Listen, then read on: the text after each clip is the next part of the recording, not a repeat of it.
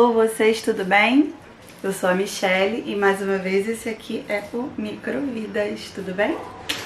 Então, gente, eu tive muitas dúvidas, muitos comentários, no meu particular, não tanto aqui embaixo na descrição, mas na vida particular, de gente me falando e perguntando a respeito do meu parto na pandemia, que eu mencionei algumas vezes nos meus vídeos anteriores, que eu pari no primeiro dia de surto mais sério da pandemia. Foi um dia antes da quarentena, do isolamento e da confusão se estabelecer, e isso acabou mudando todos os meus planos, muito milimetricamente planejados e estudados. Eu vou tentar resumir um pouco do panorama da história toda e vou passar para vocês como que eu sobrevivi. Porque foi realmente sobrevivência. O meu parto no meio da pandemia. Então, eu anotei mais ou menos um roteiro aqui no meu celular, se eu ficar olhando, para eu não me perder, não me alongar muito. Basicamente, o primeiro que eu tenho que dizer, acredito eu, é que a minha gravidez não foi uma gravidez planejada. Ela não foi indesejada, nunca foi indesejada, mas não foi uma coisa planejada. Então, quando eu engravidei, eu não tinha ideia do que isso significava muito bem. Eu não tinha pensado como eu ia mudar minha vida, minha rotina, meu trabalho. Eu não pensava em parto, eu não sabia nada, absolutamente nada sobre pré-natal, sobre gravidez, sobre gestação, sobre nada. E fui pesquisar, né, claro. Como sempre faço, eu sou muito estudiosa, eu vou sempre pro Google dar uma olhadinha. Mas uma coisa que eu sabia a respeito, sempre soube a respeito de querer ser mãe, sempre quis, e sempre quis ter a experiência lá natural, Índia, ter o parto normal. Eu queria ter essa experiência. Beleza, eu queria ter experiência, eu fui pesquisar, porque a primeira coisa quando você pensa... Gravidez, parto, cena de novela, gente se descabelando, criança nascendo no carro, uma dor horrível, vou morrer, né? Essa é a visão que a gente tem de parto normal. Então alguém pensa aí, Michelle, louca, na parto normal pra quê? Hoje em dia tem cesárea, a coisa mais simples do mundo. Beleza, mais ou menos a coisa mais simples do mundo. Saberemos no final desse vídeo que nem é tão simples, mas... no Brasil, no nosso país, feliz ou infelizmente, esse é o caminho, esse é o panorama traçado, levar a cirurgia da cesárea como uma coisa natural. Foi o que eu descobri quando eu fui pesquisar a respeito do parto normal. Diz que cobre parto normal, mas os médicos não fazem, não querem fazer. Os médicos de plano, eles ganham por procedimento, e é muito mais jogo financeiramente pro médico fazer com hora marcada, várias cesáreas seguidas dentro do horário de plantão dele, do que ele ficar disponível para você ali em trabalho de parto por horas, com uma paciente só, para ter o mesmo valor, ou às vezes um valor um pouquinho irrisório assim, de diferença. Então, os médicos de plano de saúde basicamente te empurram para fazer cesárea, eles não querem trabalho. Aí eu pesquisei sobre as violências obstétricas que você pode sofrer. Se você não conhece violência obstétrica, sugiro que você pesquise, porque é muito importante saber sobre isso. Eu achava que era importante saber sobre isso porque eu ia ter parto normal. E eu, infelizmente, descobri que num parto de cesárea você pode ter tantas ou mais violências do que num parto normal. Segura, fica comigo. Sim. E que, olha, curiosamente, onde que estão os maiores índices de parto normal no Brasil? No SUS, né? Sistema Único de Saúde, no gratuito. Por quê? Porque é mais barato. A cesárea custa dinheiro, custa aparato técnico, luva, sala cirúrgica, anestesista, parará. São mais caros, são mais custosos, e o governo quer cortar custos. Então o governo insiste apoia mais o parto natural, porque ele é mais barato. Eu tive uma saga que eu vou explicar depois, né, pra me preparar para um parto normal. Eu entrei num grupo de gestantes da minha cidade. Por fim, eu decidi contratar uma doula. Pra quem não sabe, uma doula é uma parteira. Não é barato, tá? Eu fiz das tripas coração das economias pra contratar essa doula. Nós contratamos uma doula, nós decidimos ter o bebê no parto na maternidade pública, que ela indicava, porque ela já fez vários partos naquele lugar. Eu fiz todo o pagamento, todo o acompanhamento, todas as pesquisas e estudos. Foram meses, eu e meu marido indo a cada 15 dias no encontro. Fui a encontros de outros bairros, me informei, estudei, pesquisei e deu tudo errado. Deu tudo errado porque veio a pandemia, começou aos poucos os casos a aparecer, né? E a minha data de previsão de parto, a minha DPP, data de previsão de parto, era dia 30 de março.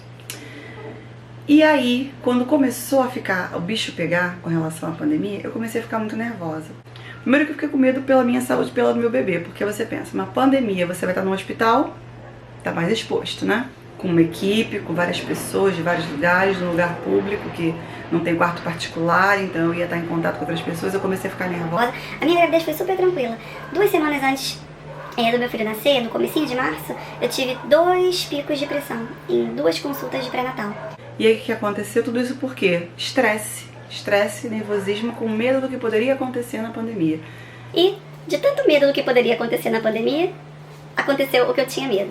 Meu pico de pressão me fez ficar muito nervosa e eu acabei me desestabilizando totalmente, todo o meu mindset, toda a minha cabeça preparada para fazer o parto normal, já era, esquece. Eu queria que a criança saísse logo, eu queria sair do hospital o mais rápido possível, eu queria ter menos contato com o mínimo de pessoas possível. Eu fiquei com medo, estavam começando, todo mundo com medo de sair na rua, as máscaras já tinham sido esgotadas, o álcool gel já tinha esgotado nas farmácias, já estava aquele clima da televisão, todo mundo falando. Eu queria acabar logo com aquilo, para marcar o mais rápido possível, porque se eu fosse esperar mais 2 semanas, conforme a gente estava assistindo, quem acompanhou o começo da pandemia, a gente assistindo na Itália, a cada uma semana os números duplicavam, triplicavam, né, foram progredindo muito depressa, e eu pensei, putz, se minha data de previsão de parto é dia 30 de março, a gente está indo no dia 17, daqui a 15 dias vai estar muito pior, eu tenho que ter o filho logo. Foi uma boa decisão, assim, nesse sentido foi uma boa decisão, mas nossa, eu sofri demais. Vamos lá.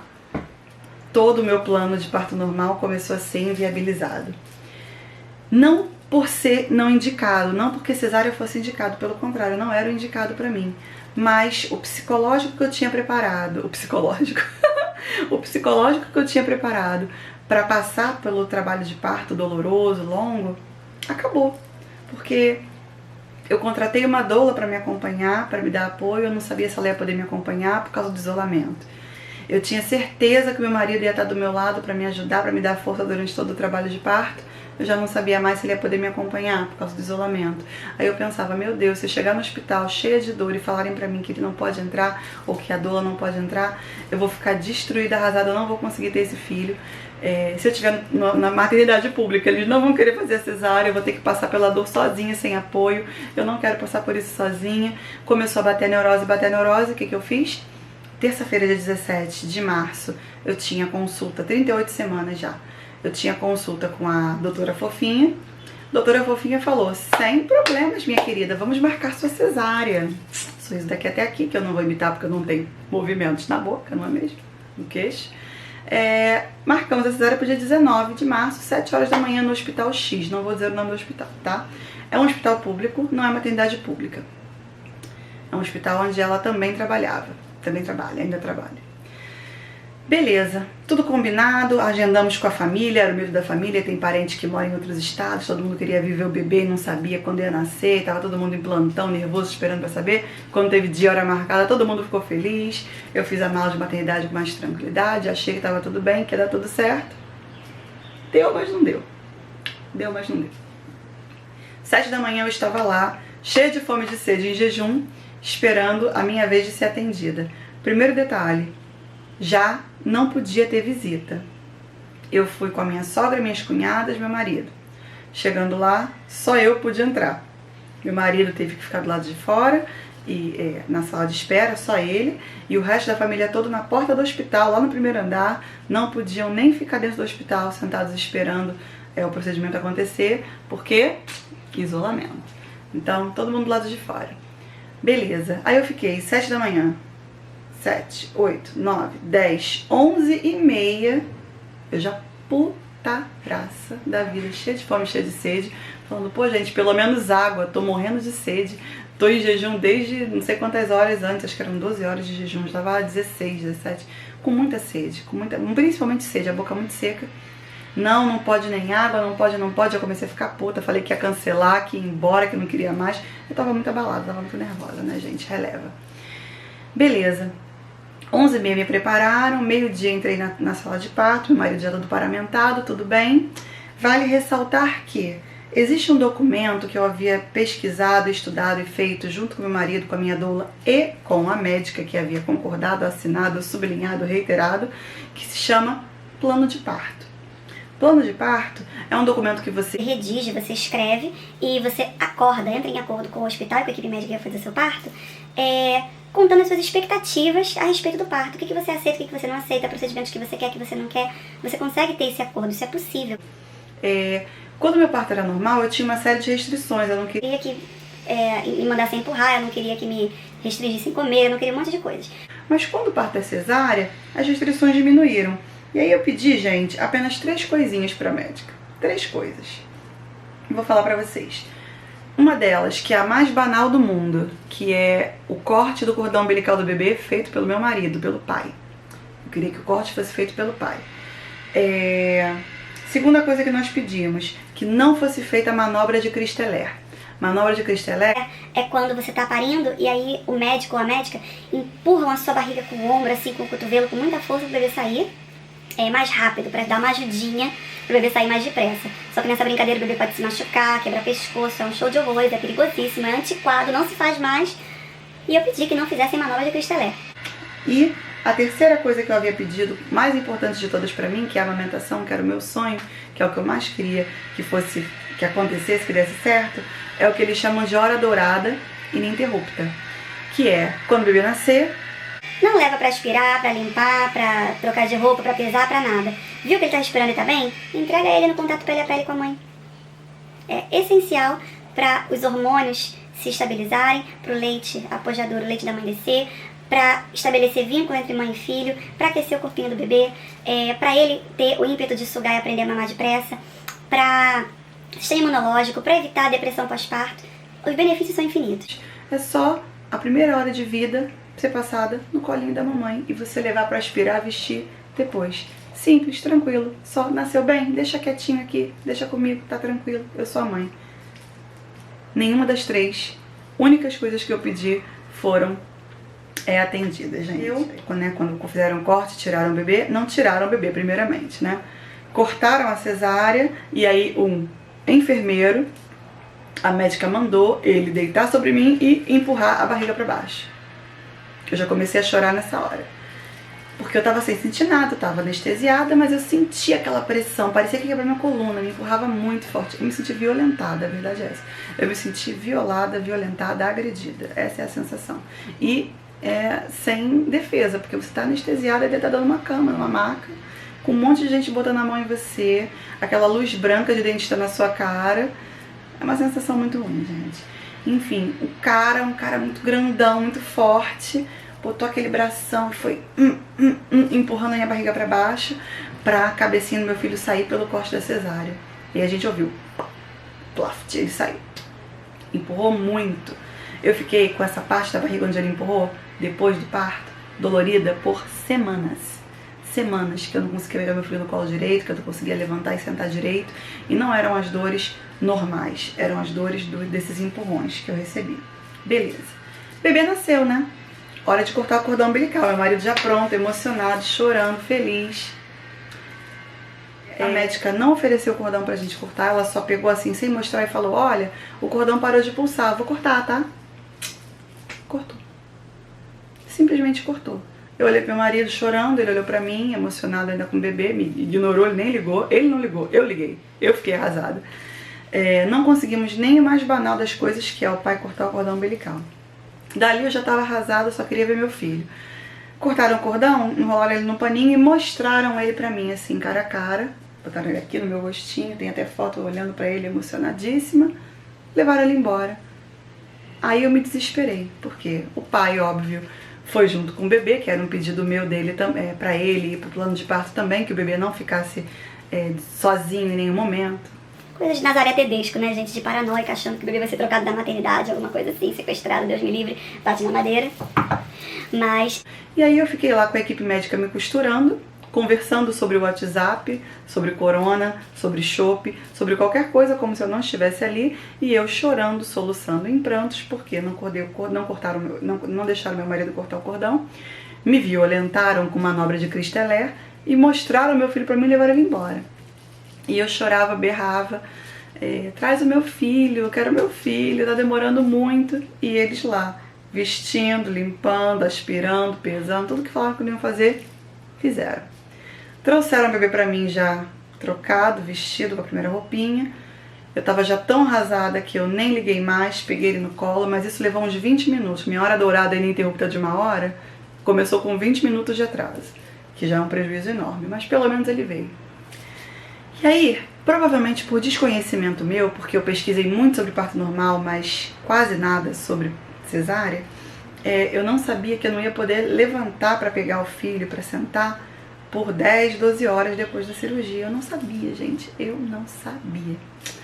E aí, quando me deram o bebê para amamentar, eu não conseguia nem olhar para ele, porque eu não podia levantar direito a cabeça, eu não podia levantar o tronco, eu não vi o que ele estava fazendo, ele não sabe sugar, ele é recém-nascido, né? Ele não sabia achar o peito, eu não sabia onde estava a boquinha dele, boquinha pequenininha, o peito grandão. Meu marido não conseguia ajudar, a enfermeira não conseguia ajudar, a anestesia tentou ajudar. A gente conseguiu que ele mamasse o colostro, mas a posição era muito desconfortável para mim e para o bebê, ele estava até choroso e tal. Beleza, mas consegui ter uma mínima hora, um minuto dourado, uns 15 minutos dourados nessa palhaçada. Beleza. Aí tirou o bebê de novo, leva pra lá, não sei o que, vai dar vacina. E eu fiquei lá com a equipe médica que, gente, se alguém da área da saúde estiver por aqui, por favor, me diga. É normal que depois da cesárea eu levante sozinha pra trocar da mesa de cirurgia pra maca? Porque foi o que me pediram. Eu ainda toda dormente, sem sentir, da coluna pra baixo, do seio pra baixo, eu não sentia nada. E pediram pra eu, com a força dos braços, me virar de um lado pro outro pra passar o lençol por debaixo de mim. E pra eu fazer força com as mãos pra dar uma ajuda pro meu peso, pra ele. Com o meu esforço, o meu trabalho. Eu achava que era o trabalho deles, mas aparentemente tudo bem se eu fizer. Aí veio o baque número 1, que eu só queria ver minha mãe. Eu só queria o colo da minha mãe naquele momento. E aí eu descobri que só ia poder subir uma pessoa de cada vez, por motivos de coronavírus. Uma pessoa de cada vez não, pior, uma pessoa o dia inteiro. Só ia poder ter um visitante. Mas aí como que você vai falar para 2 avós de primeira viagem, um avô e 2 cunhadas que só vai entrar uma pessoa? Impossível, né? Convencê-los disso acontecer. Eles deram um migué, deram um chabua, subiu um por um de cada vez, trocava o nome e pegava o papel um do outro e foram visitando. Mas honestamente naquele momento eu nem queria visitar, eu só queria ver minha mãe e eu queria, não sei, um amparo, uma ajuda, alguém que me desse um abraço e falasse pra mim que aquilo ia passar, porque a sensação de abandono, de violência, de descaso foi uma coisa que eu nunca tinha sentido, porque eu estava tão segura do parto normal, de toda a informação que eu tive, de que eu ia ter o acompanhamento, o apoio do meu marido, da doula. Foi tudo tão diferente do que eu planejei, foi tudo tão diferente do que eu esperei, da segurança que a médica tinha me passado antes também, foi tudo tão diferente que eu fiquei realmente assim, transtornada, desamparada, eu fiquei muito, muito triste. Mas eu tava encantada com o bebê, então eu ficava tentando olhar pra ele, mas eu não podia pegar nele, eu ficava com ele assim do meu lado, virado assim de lado, do meu lado na cama, olhando pra ele assim de lado, não conseguia me mexer, nem nada, sonda, aquela coisa toda, os remédios na veia ardem, ai, nossa gente, muita coisa. Depois eu falo um pouco mais sobre a recuperação da cesárea, mas assim, não foi legal. A doutora fofinha não foi, realmente não atendeu a minha expectativa, fiquei muito, muito triste. Mas pontos negativos, pontos positivos, né, gente? O ponto positivo foi que a gente ficou afastado num quarto isolado, apesar de que no dia seguinte começou o isolamento, o hospital onde eu estava virou centro de referência de coronavírus, os casos estavam todos sendo desviados para lá, eu comecei a ficar apavorada. Conseguimos adiantar a nossa liberação do hospital um dia antes do normal, pra gente poder se proteger e ir embora logo. Mas assim, o hospital estava difícil porque estava todo mundo do hospital se mobilizando, se movimentando, entrando e saindo sempre de máscara, você nem via direito quem era que estava te atendendo. Enfim, a situação era muito tensa. Mas o pior mesmo da pandemia foi no puerpério. Foi quando a gente precisou fazer as vacinas, teste do pezinho, teste da orelhinha, pediatria, foi revisão da minha cirurgia, complicações que eu tive da minha cirurgia, foram nessas coisas que a pandemia, que o bicho pegou, porque a gente não podia sair, não podia ir nos lugares. Isso vai ficar para um outro vídeo, senão, né, gente, eu já me alonguei muito. Basicamente isso. Essa foi a minha experiência do parto na pandemia. Se tiverem alguma dúvida, se eu tiver deixado escapar alguma parte, me perdoem, deixem uma perguntinha aqui embaixo. E tchau!